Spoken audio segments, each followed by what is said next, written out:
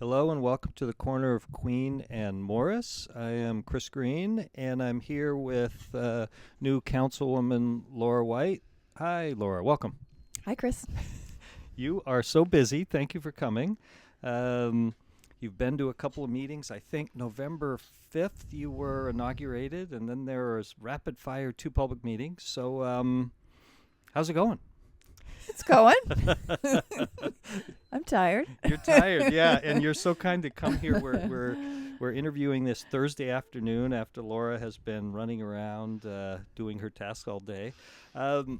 So this is a forum for you to talk about what's going on, and as things go forward, hopefully this will be a forum where if there's an issue or whatever, you can talk about it. So why don't we start with you're a new council person, and you've been doing it a couple weeks. What does a council person do all day? What's a typical day? Like, Very good. Start with your coffee and then go from there? I don't know. It depends if you're late or not, I guess. Well, that's one thing is, I guess, you are free to set your own schedule, other than there's a million meetings to attend and fitting Okay. it all in, but you can have some flexibility. So every day you pretty much have your dance card a quarter to a half filled with a full meeting, a committee meeting, whatever. Yeah. So for the first couple weeks, we were very heavily into orientation. Those were almost full days where we were all there, and we were hearing from different departments, internal departments, about everything under the sun. And it was definitely valuable, and some of it I retained and some of it I'm sure I haven't. But at least you have some contacts of who to go to. So we finished that. We had our last session on Monday. So now it's back into more what will be normal. I don't know. So it's kind of a mix of like responding to resident emails and phone calls, which I'm behind on because of all this orientation and whatnot. And then kind of those formal meetings, like committee meetings, and I had one regional center council meeting, like not the full. Was that the one at Point Pleasant? No, that's right. So I had that too. So there's okay. there's committee meetings and then meetings with businesses or residents about anything. And this week I've been having, so as orientation came to an end, we've been setting up meetings with a lot of these directors and executive directors, kind of one-on-one, so I can get to know people and learn from them. So that's what I've been doing a lot this week. All right. So one-on-one meetings. So the meeting of all of the councilors, those standard meetings where you're all, what are there, 16 councilors? Is that right? Correct. Plus the mayor. Plus the mayor, and then the deputy mayor. Deputy mayor is a councilor. Oh, it's one of the councilors. Yep. Okay. Yep. So that meeting of the whole, is that once a week or does it depend? That will be generally every 2 weeks. Every 2 weeks. Okay. Yep. And then on top of that, depending on what part of the city you represent, there will be different meetings. For example, you had I don't know what it's called, but you had a meeting about Point Pleasant Park. So that's right. What sort of meeting was that? Yeah, so there's 3 things that I'm automatically on. So that's that Point Pleasant Park Advisory Committee, and then 2 community councils. So I'm on the Regional Center Community Council and the Halifax and West Community Council. And what are community councils? So it's a subset of the councillors. I think there's 6 on the Regional Center one, and that meeting was held in Alderney Landing. So we went over. Virginia and I took the ferry. Virginia Hinch. She represents the North Halifax. Correct. Yeah, okay. Yeah, so that was our first one of those. Oh, nice. And I think I have West next week, the West Community Council. So that's, I guess I'll learn, but I think it's generally with these committees and the smaller councils, as things come there first. Okay. And then they would come at a later stage to the full council. Okay, so sounds like those community councils, that's where a lot of the nuts and bolts and the work will be done. For example, the West one, it's what, you, the Armdale person, the Spryfield person, that sort of thing. So then you could really get down into the grainy, this particular issue. I think a lot of the development projects will come to those community councils. Okay. I think. Yeah. And so what sort of meeting was the Point Pleasant? Point Pleasant? Yeah. So that's an advisory, is standard advisory that's a standing committee. one? Yeah. So there were staff there. 2 staff members spoke. Fire was there and housing and homelessness was there. I'm not sure of the makeup if community members can just come to speak or not, but there's definitely public participation Okay. opportunities. I'm not exactly sure what the format would be to get there. There wasn't any public participation there at this meeting. But So there weren't people attending to listen to the Point Pleasant one? I think they could listen. They can, but okay. Yeah, they could listen, but there was no one there to speak, I guess. It was more, Right. Yeah. Okay. Yeah. And so the committees. I spent some time. It was fascinating. I because anybody can go to the Halifax HRM site, and you can take a look. You could watch the video of the full meeting, and I watched the one on the 12th and the 19th. Very exciting. Yeah. But a lot of I learned a lot watching that. But I think it was either at the first one or the second one. I'm sure this happens. Second one, where you all decided committees. So tell us what committee will you or committees will you be a part of? Mm-hmm. I'll back up a little bit. Well, for what I'll be a part of is Environment Standing Committee. I'm missing an S. It must be Environment and Sustainability Standing Committee. Something that you you talked a lot about in your candidacy. So something you of course really care about. Yeah. And the other one is the library board. So I'm actually like that one too. And luckily they settled their labor issue, so that's everybody's true. happy. That's true for a little while. Yeah. For a little while. Yeah. Yeah. But I'll just get into that process a bit because it's just a bit of learning, and back and forth, how we were kind of given a list of all the committees and kind of come in and rank them. Okay. And decide. And how many are there? There's there's so many. So there's and we're not finished yet. That was the first round. So the big ones more. there's a money spending one. There's environment. There's transportation. What are the other big ones? The big ones, the standing committees, are transportation, the environment I mentioned, CPED, which is community economic development or something. There's audit and appeals. Those are the five. Big five. Okay. Yep. And you, I noticed you weren't on transportation. Yep. And that's a huge issue for us here, but that's probably an issue for every single council person, and only a couple of you can sit on it. But what was you thinking how the process played out? Yeah.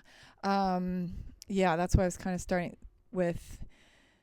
That was the number one. I think there was 10 or 12 of us that wanted to be on that. And how many? And how many could be on it? 6. Okay, yeah. So then there's there's an issue.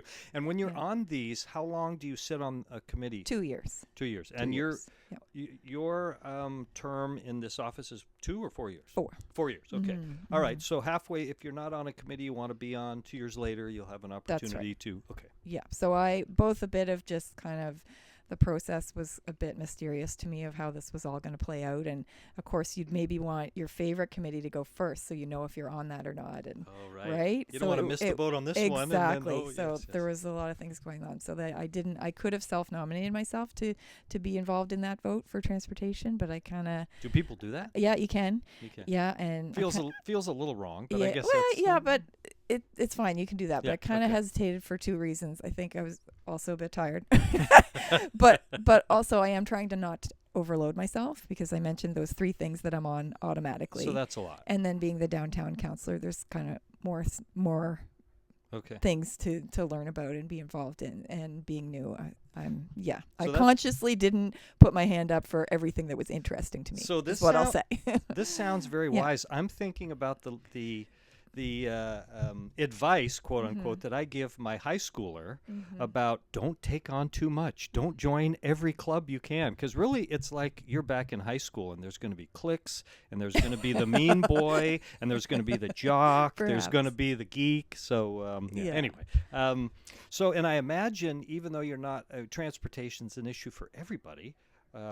Regardless of where you live, even if you or another council person is not on the transportation committee, you will still have opportunities to take part in debates and take part in. Yeah, so you can still go. I could still attend if there's something on the agenda I want to be there for, but I won't be able to vote. But of course, it goes to that first and then comes to regional council. Okay. So you're a little bit sad, but a little bit relieved I'm not super overloaded. I think it's wise that you're picking your spots. So you're on the climate. It has a longer name, but the climate committee. It's environment and sustainability, I believe. Yeah. So from what you know about it right now, what's the part of that you're most excited about, or you think that you can enact the most change? And the answer might be I don't know yet. Yeah, it's a pretty much I don't know. Yeah. But I imagine like just thinking, like I said before, like being an engineer, environmental engineering is dealing with like soil and water. It's not necessarily hot topics, but it's all important. And like coastal protection, I think might come up because that's kind of in our purview now. Like I think there's a lot that can come up. Or an emergency evacuation plan if there are issues. Yeah. How is the city using and energy? I don't know if Halifax goes into first to that. So what is Halifax? What is the Halifax briefing? What is that? Because you were all briefed on this. Sure. So Halifax is the municipality's climate action plan. Okay. Yeah. So that's I imagine a very large number of pages document. And you were briefed on it. So we were given. They do an annual update. So the plan's been around. Gosh, I can't remember. Okay. A few years, but and been funded.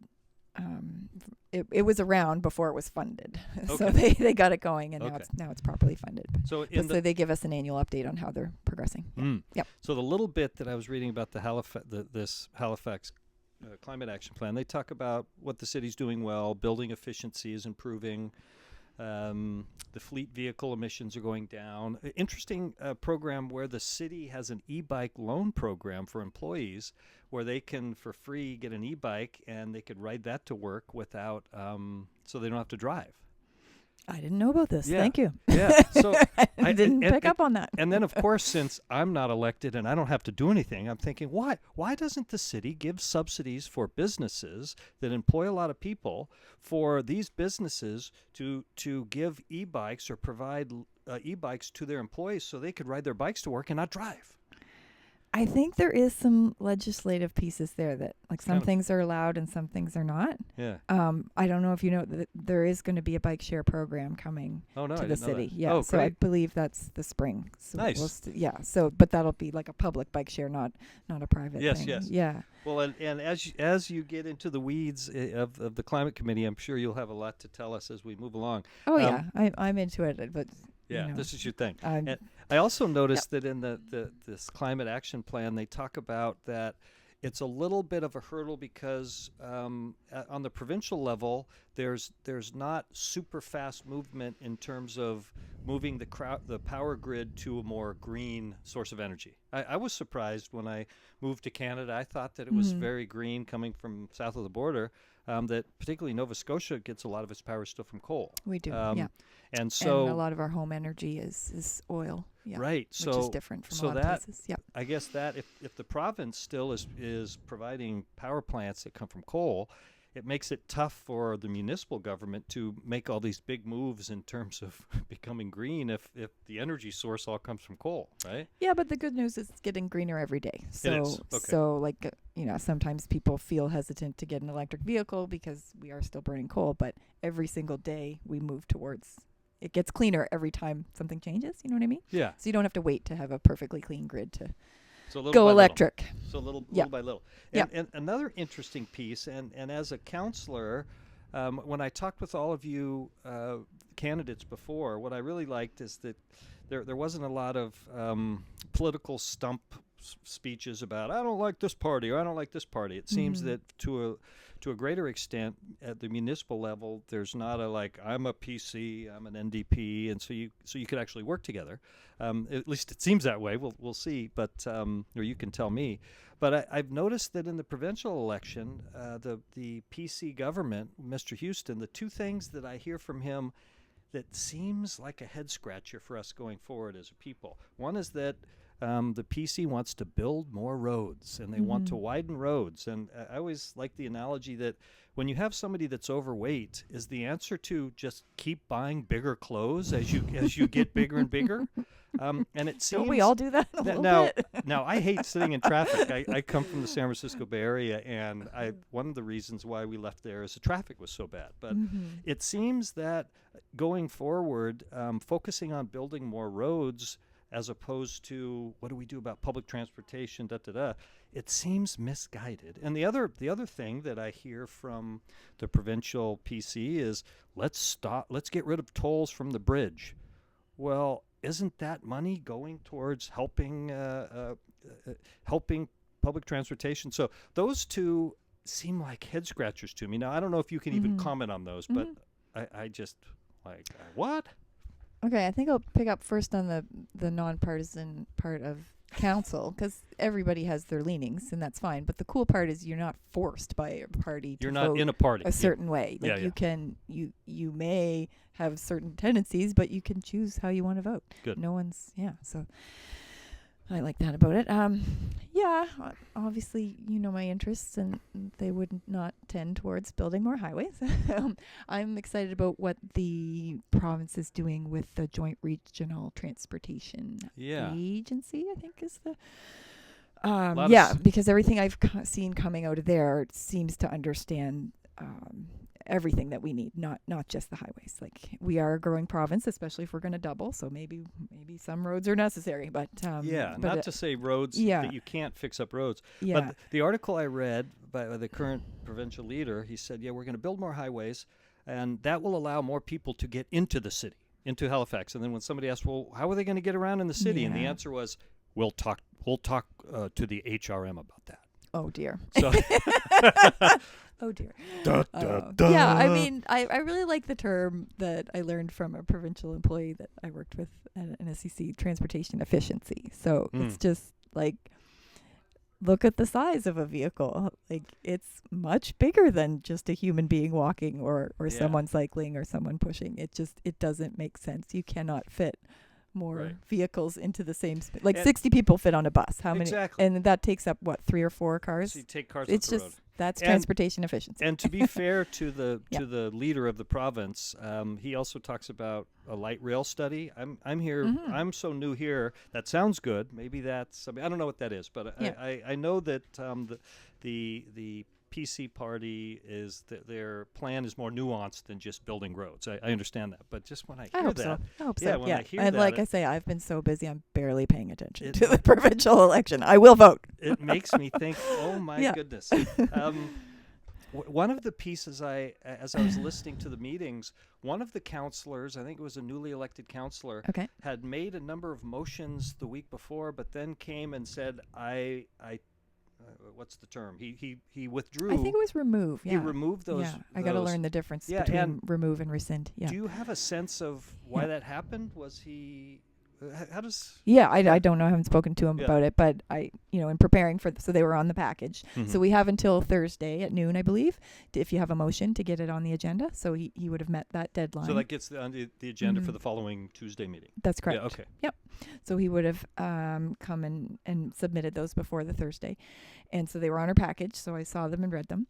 But I guess I wasn't surprised when he decided to take them off, because my questions were like, I'm trying to learn this myself, is what is the line between something you can just have a conversation with a staff member about and what is something that requires a council decision on, right? I think we all are learning that, and we're definitely, over our training, we've been given the advice, like, always, it's a really good idea to talk to staff before you make a motion, because you don't know what's happening in the background or what. It's just good to talk to people about what may be doable, and you can still push with your ideas, but to have a little background before you write that motion is recommended. Oftentimes the staff, they are the keepers of the past history, so they can tell you what's happened or what research has or hasn't been done. Okay, that makes sense. And there may be a motion. Actually, we heard, I think there's like over 200 motions and reports that are coming from motions that were previous councils, right? So there's a backlog that just weren't dealt with. Right. Because these things take a while.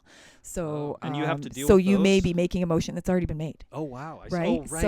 So that quick conversation could be as quick as, we're on it. It's just it's in the queue. Okay. Yeah. I understand. And in terms of making a motion, do I have this right that right now we're in so-called pre-budget season? If a motion is made, you're not going to be voting this week or next week spending money yet, correct? Is it still too early to be, okay, let's vote, we're going to spend money on highways or we're going to spend money on buses? Yeah, we don't. That's not coming, that doesn't come till later. No, the motions that Later would in the be spring. happening, or the votes that are happening now, are either, do you want to have a staff report on this motion, yes or no? Okay. And then it's something that the staff's gone away and done the report, and it's come to council, and it's time to make a decision. So Okay. that's mostly what we're voting on. As far as, every report comes with a financial implication. So it's like they'll say either this is covered within the budget that's already been passed, or it's going to need some money from a reserve or whatever. Mm-hmm. Yeah. One other piece that I heard, it was either the 12th or the 19th, the new mayor wanted to make a motion to de-designate the housing encampments. And from what I understand, Go ahead. I understand there needed to be a different process he followed, but if you de-designate the housing encampments, that means those people have to go somewhere. And I guess this also fits with when I drive by the homeless issue. When I drive into work on Morris or University, the environment there is changing, isn't it? Yeah. Yeah. What's happening there? Okay, so a couple things with Sorry, that was like 5 questions at it's all once. good. Ready, go. Just see when I remember here. So for the mayor's motion, so remember how I talked about that Thursday deadline? That came after that. So it was something fairly late to the agenda. So he's learning as well. Sure, Yeah. but it certainly could have been on purpose because it's moving. Like it made progress. It pushes right? the discussion Yeah. forward. Got it. Yeah, Yes, yeah. of course. So I believe, I can't remember the wording, but so right now there's this list that's kind of pre-approved that the CAO at her discretion can open a new encampment. And that's CAO is? Chief Administrative Officer. So this That's is the person Kathy O'Toole. So she represents the staff. Yes, and there's only 2 employees of council. That's the CAO and the Auditor General. Got it. Okay. Yeah. So this is looking at decisions of having more encampments or not, and just the fact that they could be opened by the CAO and not with a vote of council. And so that previous decision was made in July. So the mayor's saying, that was 6 months ago or whatever it is. Do we want to have this conversation again? To be fair to him, he ran on making this an issue to talk about. Exactly. So good for him for raising it, and then you have to sort it out. Yeah. So I actually voted no to putting it on the agenda because I felt like it was quick for me, and I wanted to have staff input before having that discussion. And what was the decision of his motion? Was it put? So it was automatic because of the way it came in. I think that's what it went. It went to an automatic staff report as required before we talk about it. So that's good. It the effect was had. Like he is getting the staff report about it, and it's getting on the agenda. And here we go. We'll talk about it. We'll talk about it soon. This is an issue, and it's going to be talked about. Yep. So what about in the district here? Along University Avenue, what's happening there, is this something that has been happening and it's still in progress? Yes, so that University Avenue encampment was officially closed November 1st, but the way we're going about it is with the empathy-based approach and getting everybody moved one by one, not with any sort of forced movement and whatnot. So that's taking longer than I think everybody would like, but it is progressing. And I met with the housing and homelessness director today, and I think he's got solutions for everybody. So it should be close soon. So when the discussions with the individuals that are in the tents about leaving, who are having those discussions? Are those police persons? Are those social workers? Is it a combination? I'm not exactly. I don't think it would be police in the way they're doing it. It's Max Chauvin, his staff. So those are the outreach workers, and I believe he does have a social worker. Yeah, and also in collaboration with all the nonprofits, and I imagine the province as well. What sort of services they offer? Yeah, so it's a group trying to help people and match people with their needs. Yeah. Another thing that struck me in listening to the overall meeting, the fact that the HRM is such a large area. There are 16 representatives, and it's interesting the background I come from. My wife's from New Brunswick, and there are discussions in St. John and Quispamsis about we need to do what Halifax did. We need an HRM because it's more efficient. And so I always thought, wow, you know, Interesting. and that was before I even came here. Oh, and that's not everybody, but I hear that a lot from people that are smart and are informed. And so then when I moved here and I see it, you know, you hear it, and the HRM's been in place for quite a long time, right? 96. Yeah. Okay. But it sure seems that unlike when I lived in San Francisco, it's a bigger city than this, but the city council deals with just the city of San Francisco. Right. Wow, it's a challenge here because here you are representing a very big district, but you're the things that you're going to be fighting for could be totally different from somebody from the Eastern Passage or from Spryfield or out near the airport. It's Very a interesting. total balance the whole time, right? You're elected by a certain group of people, but you represent everyone. And you are making decisions for the whole municipality. And you need to work with the others to get stuff done. Absolutely. I mean, I know I'm saying things that everybody's going, yeah, that's how it works, dummy. But no, but it's very interesting how you, and you're hyper focused, of course, during the election on your constituency and all the issues, the local issues. Yeah. But now as we get into it, things are coming at you that, where's that? What are they talking about? A mile about? a minute. Yeah. And it was interesting when there was a representative from at one of the meetings from the tourist board that was on giving a presentation. That was interesting. Yeah, just giving a presentation. I thought it was very interesting.